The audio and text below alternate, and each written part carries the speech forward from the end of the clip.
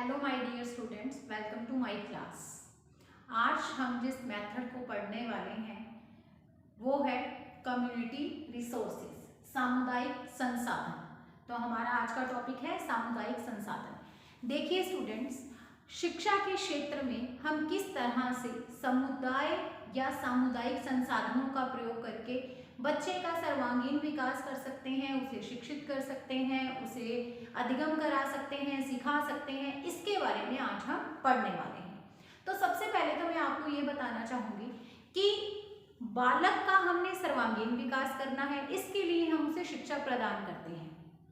सर्वांगीण विकास करना मतलब उसे इस समाज का योग्य नागरिक बनाना, ताकि वो अपना जीवन यापन अच्छे से कर सके, अपने अधिकारों का क्या कर सके, प्रयोग कर सके और कर्तव्यों का पालन कर सके। ऐसा नागरिक जो इस समाज के लिए एक उपयोगी सदस्य साबित हो, ऐसा हमने उसको बनाना है।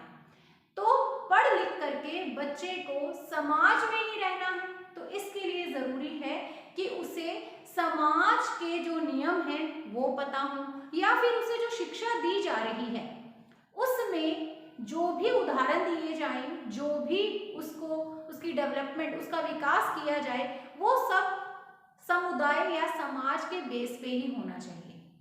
अब आप एक चीज देखिए, अगर हम बात करें बच्चे के विकास की, तो उसके विकास में हम कहें कि केवल विद्यालय का ही सहयोग होता है या फिर केवल और केवल अध्यापक का ही सहयोग होता है, तो ऐसा नहीं है। एक बच्चे के सर्वांगीण विकास में उसके अध्यापक, उसके विद्यालय के साथ साथ उसके माता पिता, उसके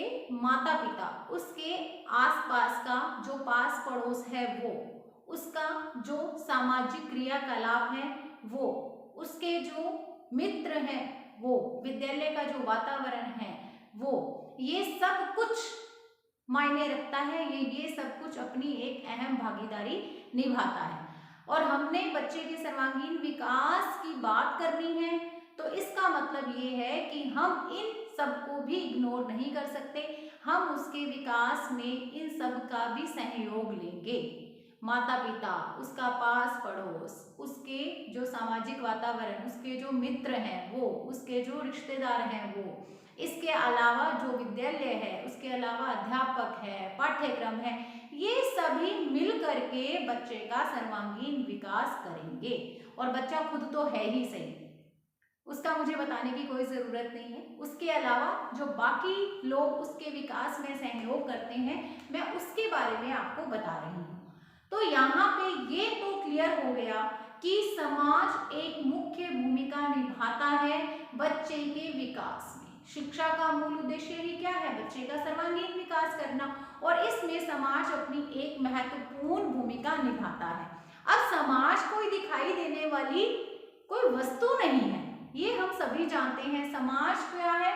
समाज है हम सब लोगों से मिल करके बनी हुई एक संस्था, या फिर सीधी सी शब्दों में मैं कहूँ तो समाज क्या है? जो लोग हैं, समाज के रहने वाले लोग हैं, उनकी जो भीड़ है वो एक समूह के रूप में जब इकट्ठे हो जाते हैं तो वो समाज बन जाता है। इसी तरह से बहुत सारी ऐसी सामुदायिक संस्थाएं हैं या समाज में कार्यरत ऐसे बहुत सारे स्थल हैं जो हेल्प करते हैं बच्चे के सर्वांगीण विकास में, बच्चे को अधिगम कराने में। अब जो हमारा आज का टॉपिक है वो है सामुदायिक संसाधन। मतलब ये जो समुदाय के इतने सारे संसाधन हैं, उनका प्रयोग हम किस तरह से बालक के सर्वांगीण विकास में कर सकते हैं, उसे अधिगम कराने में कर सकते हैं, ये टॉपिक है हमारा। तो सामुदायिक संसाधन यानी समुदाय में, समुदाय क्या होता है? ये समाज को ही छोटे रूप में हम समुदाय बोलते हैं, ठीक है। तो समुदाय की ऐसी संस्थाएं, ऐसे स्थल जो बच्चे को अगर हम जा करके दिखा दें या फिर उनको अगर विद्यालय में ले आए, दोनों चीजें मैं बोल रही हूँ और आगे पढ़ाने भी वाली हूँ। दो तरीके होते हैं कि या तो हम विद्यालय को समुदाय के पास लेकर के चले जाएं या फिर समुदाय को विद्यालय में लेकर के आ जाएं। तो दोनों तरीकों से हम इन स्थलों, हम इन संस्थाओं का प्रयोग बच्चे को सजीव अनुभव देने में, प्रत्यक्ष अनुभव देने में कर सकते हैं। अब ये प्रत्यक्ष अनुभव या फिर सामुदायिक संसाधनों को या फिर विद्यालय को समुदाय के साथ जोड़ना चाहिए, ये देख लीजिए। एक यहाँ पे मैंने परिभाषा लिखी है, माध्यमिक शिक्षा आयोग 1952, यानी आप अंदाजा लगा लीजिए आज से कितना टाइम पहले। तो माध्यमिक शिक्षा आयोग 1952, क्या कहा माध्यमिक शिक्षा आयोग ने? शिक्षा में सुधार करने के लिए हमें प्रथम कदम विद्यालय और समुदाय को पुनः निकट लाने और जोड़ने के लिए उठाना चाहिए।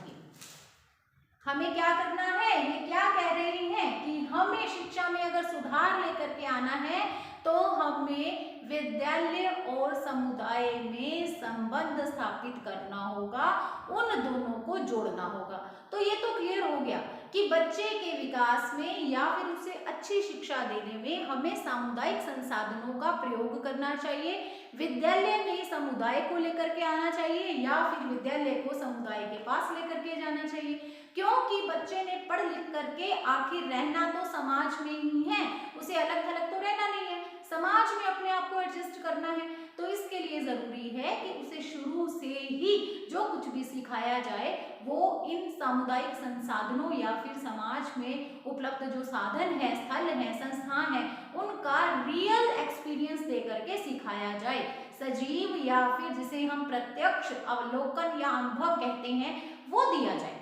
इससे क्या होगा? इसमें भिन्नता नहीं आएगी। सबसे पहली बात तो ये है, एक हम बात करते हैं ना सैद्धांतिक ज्ञान और व्यवहारिक ज्ञान में जो भिन्नता आ जाती है वो भिन्नता नहीं आ पाएगी। बच्चा जो किताब में पढ़ेगा उसी को ही आंखों से देखेगा, तो इससे क्या होगा? जो ज्ञान होगा ना उसमें भिन्नता नहीं होगी, बच्चा स्थायी रूप से सभी कुछ सीख जाएगा, रटने की कोई आवश्यकता नहीं पड़ेगी। तो सामुदायिक संसाधन, इनके द्वारा बच्चे को शिक्षित करना या बच्चे के विकास की बात करना एक बहुत ही अच्छा कदम है जो कि उठाया जाना चाहिए, और इतने टाइम पहले माध्यमिक शिक्षा आयोग ने भी इसकी एक बात की है। कम्युनिटी रिसोर्सेस, अब ये जो सामुदायिक संसाधन है ये होते क्या क्या है, जरा इन पे बात करते हैं, इनके वर्गीकरण की बात करते हैं। क्लासिफिकेशन ऑफ कम्युनिटी रिसोर्सेज कि इसके अंतर्गत आती क्या क्या चीजें हैं, कौन कौन सी संस्थाएं या स्थल आते हैं, उनके बारे में हम चर्चा करने जा रहे हैं। सबसे पहले मैंने लिखा है सामाजिक साधन।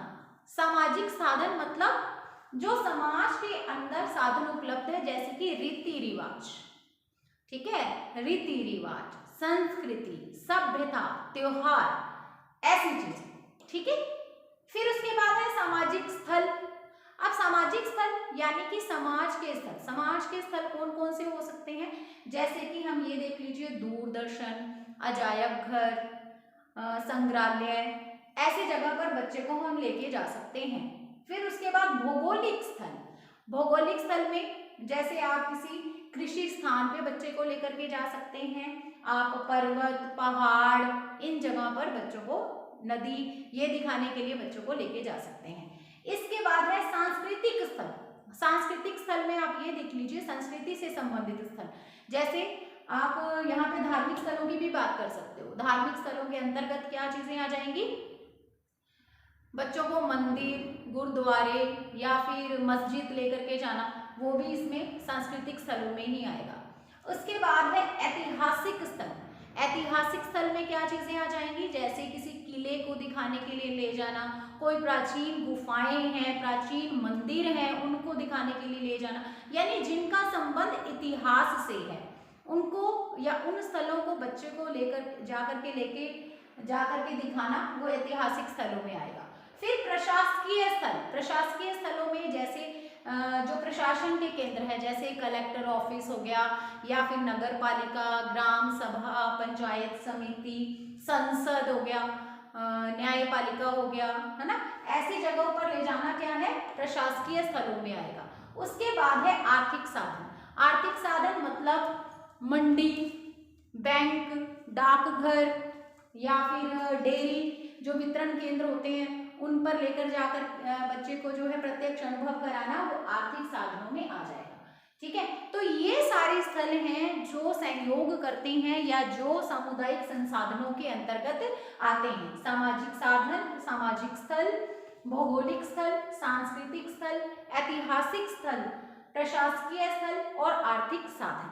ठीक है, तो ये वर्गीकरण हमने पढ़ लिया है और अब हम इससे आगे बढ़ेंगे कि किस तरह से सामुदायिक संसाधनों का हम बच्चे को पढ़ाने में, सिखाने में या फिर बच्चे के सर्वांगीण विकास में कैसे उनकी मदद ले सकते हैं। देखिए विद्यालय में किस तरह से सामुदायिक संसाधनों का हम उपयोग कर सकते हैं। तो पहले है विद्यालय को समुदाय के समीप ले जाना। ठीक है, अभी मैंने आपको बताया था कि दो तरीके होते हैं कि या तो हम विद्यालय को समुदाय के समीप ले जाएं या फिर समुदाय को विद्यालय में ले आए। ठीक है, दोनों ही तरीकों से हम सामुदायिक संसाधनों का बच्चे के सर्वांगीण विकास में उपयोग कर सकते हैं। ठीक है, तो यहाँ पे देखिए सबसे पहले हम बात करेंगे कि विद्यालय को समुदाय के समीप हम कैसे लेकर के जा सकते हैं। तो देखिए स्टूडेंट्स, यहाँ लिखा है समुदाय सेवा योजना। एक एक करके हम इन सब के बारे में पढ़ेंगे। समुदाय सेवा योजना यानी समुदाय की हमने सेवा करनी है।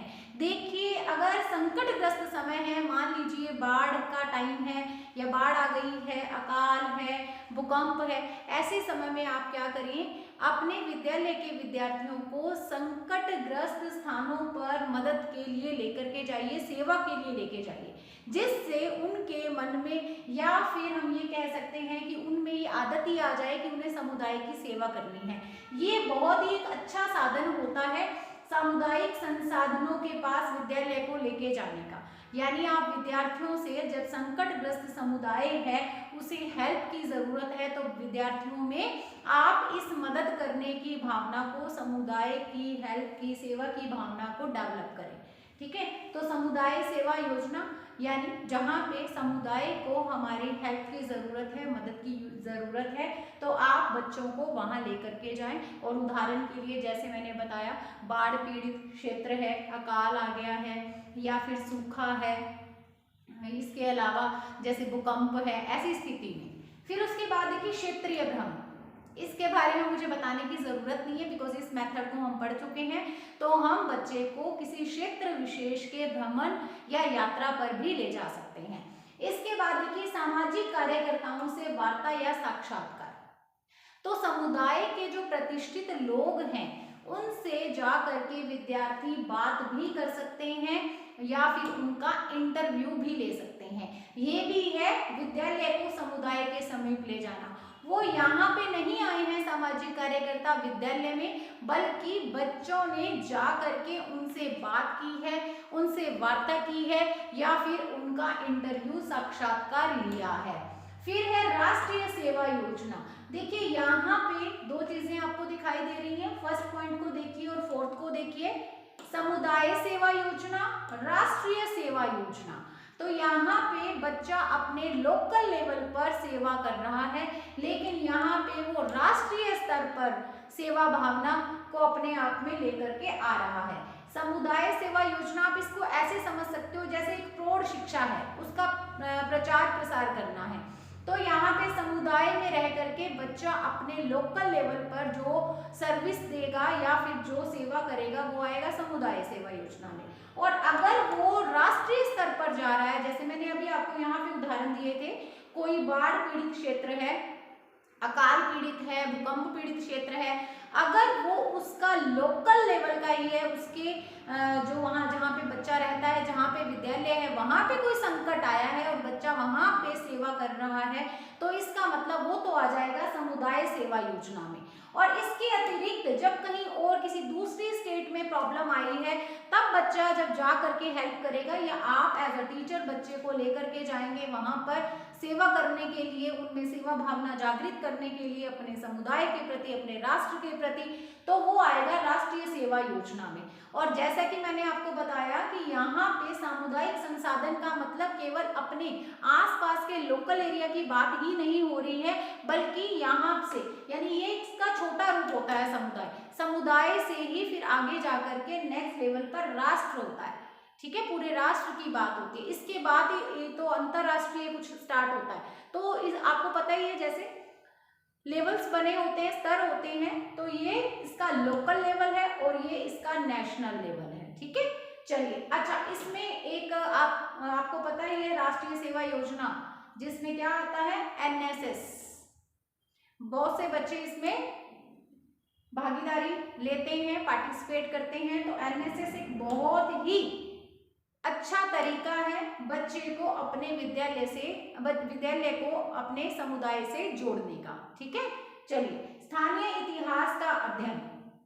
देखिए यहाँ पे मान लीजिए आपको मैंने अभी वर्गीकरण में बताया था कि ऐतिहासिक स्थल होते हैं, सांस्कृतिक स्थल होते हैं जहाँ पे हम बच्चे को लेकर के जा सकते हैं।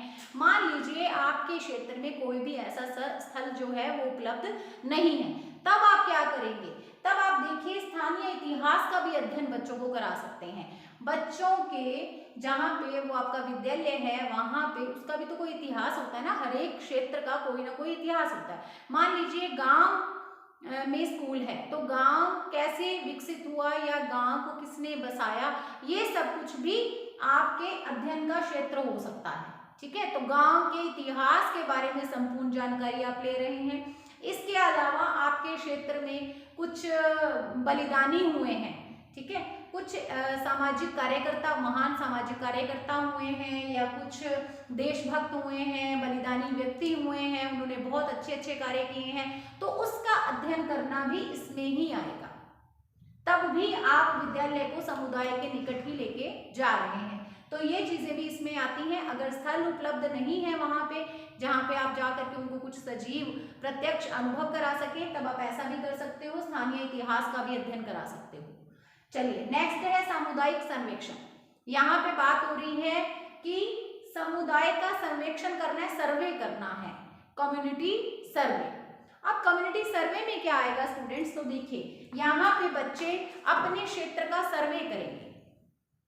जैसे एग्जाम्पल के लिए मैं आपको बता देती हूँ कि बच्चे क्या चेक कर सकते हैं सर्वे में, कि उनके यहाँ कौन कौन से धर्म के लोग रहते हैं, और इसके अलावा वहाँ के लोग किस रोजगार में, यहाँ पे रोजगार के कौन कौन से साधन उपलब्ध हैं, प्रत्येक जो व्यक्ति है वो कौन से कार्य में लिप्त है, उसकी जो आजीविका का साधन है वो कौन सा है, वो किस उद्योग धंधे में लगा हुआ है। इसके अलावा कृषि के क्षेत्र में देख सकते हैं वहाँ कौन कौन सी फसलों की पैदावार होती है। तो इस तरह से भी सर्वे आप करवा सकते हो। या फिर आप ये देख सकते हो कि क्षेत्र में कितने प्राइवेट और सरकारी स्कूल हैं, बच्चे ज़्यादा प्राइवेट में जाते हैं या फिर गवर्नमेंट स्कूल में जाते हैं। तो इस तरह से बहुत से ऐसे सर्वेक्षण के, कम्युनिटी सर्वे के टॉपिक्स आपके पास हो सकते हैं, और ये भी एक तरीका है विद्यालय को समुदाय के पास लेके जाने का, अर्थात सामुदायिक संसाधनों को शिक्षा के साथ जोड़ने का। ठीक है, तो ये तो हो गया है पहला तरीका। अब हम दूसरे तरीके की बात करने जा रहे हैं। देखिए समुदाय को विद्यालय में लाना। अब हमने समुदाय को लेकर के आना है विद्यालय में, कैसे होगा, तो देखिए समुदाय के प्रतिष्ठित व्यक्तियों को विद्यालय में निमंत्रण। तो आप क्या कर सकते हो, आप समुदाय के जो प्रतिष्ठित व्यक्ति हैं या फिर सामाजिक कार्यकर्ता, आप उनको मान लीजिए कोई बहुत बड़े व्यापारी हैं, उन्हें मान लीजिए, तो वो लोग आकर के क्या बताएंगे, वो अपने एक्सपीरियंसेस बताएंगे। कोई नेता को आप बुला सकते हो, सामाजिक कार्यकर्ता को बुला सकते हो, आप किसी प्रतिष्ठित व्यक्ति को वहां बुला सकते हो।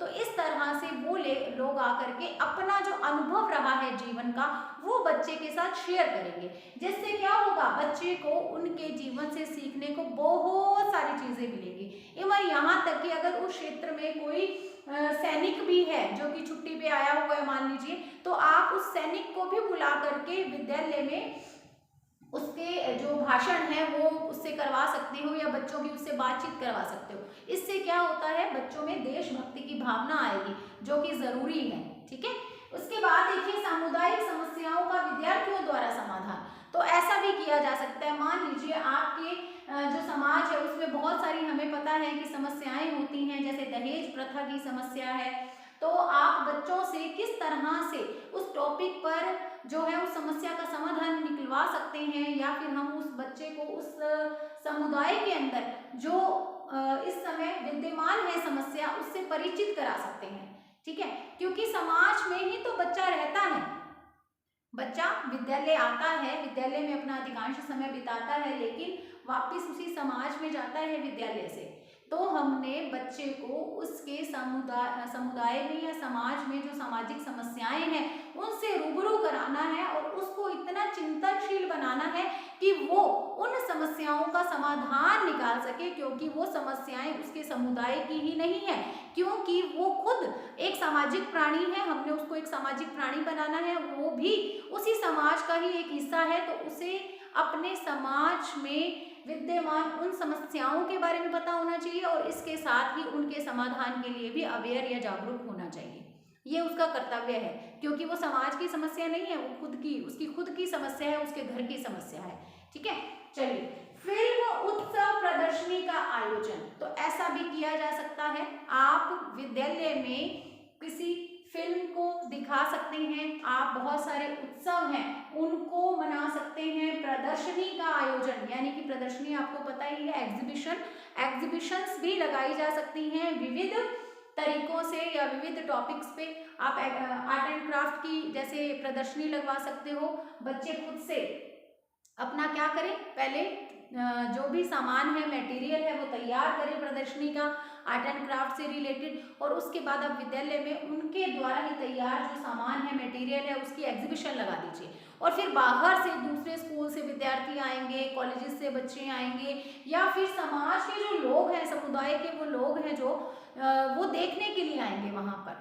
ठीक है, इसके अलावा भी ये जरूरी नहीं है कि आप केवल प्रदर्शनी या एग्जीबिशन खुद से लगाएं, बल्कि आप दूसरों को, जो समुदाय के लोग हैं, उनके द्वारा भी अगर किसी चीज को वो दिखाना चाहते हैं बच्चों को, तो उनके द्वारा भी अपने विद्यालय में अनुमति दे सकते हो किसी एग्जीबिशन को लगाने की। ठीक है, इसके साथ ही देखिए मेले, त्योहार आदि का आयोजन भी किया जा सकता है। सेम इसकी तरह ही है, जिस तरह से कुछ उत्सव मनाए जाने चाहिए या प्रदर्शनियां लगनी चाहिए, उसी तरह से मेले एवं त्योहार भी एक बहुत ही अच्छा साधन है जिससे कि हम समुदाय को विद्यालय में लेकर के आ सकते हैं।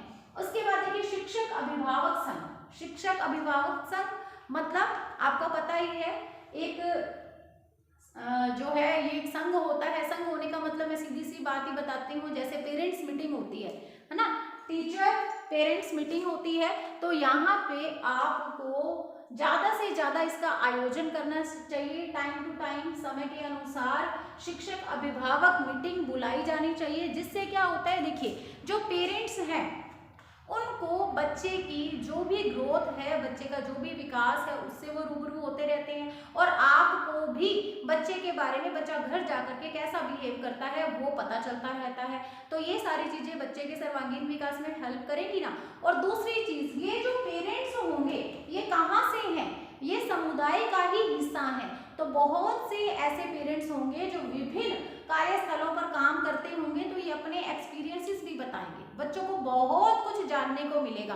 अब क्या होगा, जो शिक्षक अभिभावक जब संघ ये मीटिंग बुलाई जाए ना, तो ऐसा नहीं है कि बच्चे आए ही ना, केवल आपस में कौन बात करे, शिक्षक बात करे या फिर टीचर अभिभावक बात करे, ऐसा नहीं है।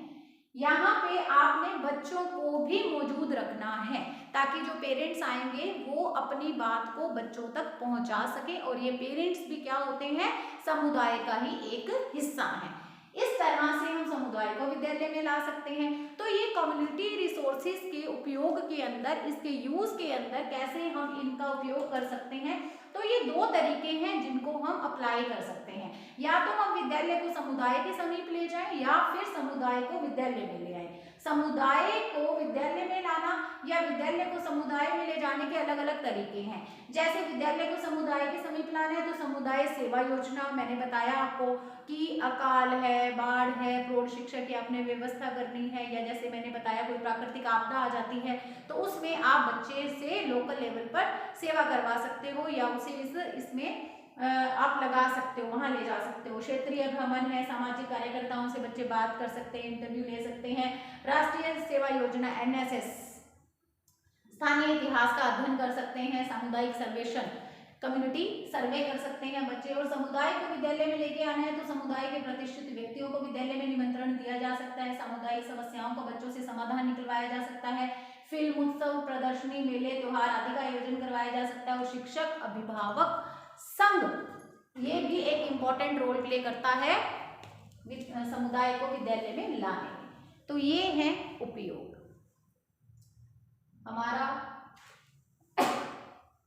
हमारा जो आज का ये टॉपिक था सामुदायिक संसाधन, ये आज की क्लास में हमने इसके बारे में इतना ही पढ़ना है। अभी इससे रिलेटेड कुछ और चीज़ें हैं जो कि हम अगली कक्षा में पढ़ने वाले हैं, ठीक है। तो अब हम मिलेंगे नेक्स्ट वीडियो में। Have a nice day, God bless you, bye bye.